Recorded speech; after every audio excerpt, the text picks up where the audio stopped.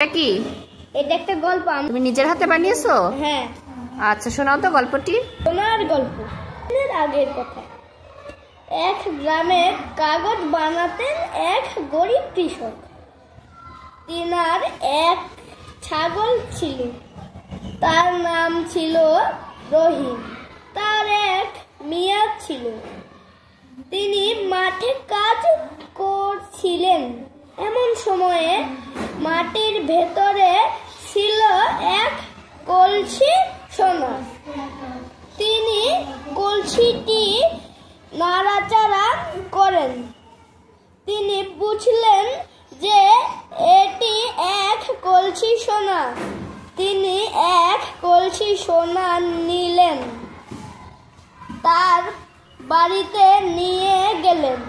তারপর তিনি এক সময় সোনা বিক্রি করে বড়লোক হয়ে গেলেন। আচ্ছা, গল্প শেষ হয়েছে? হ্যাঁ।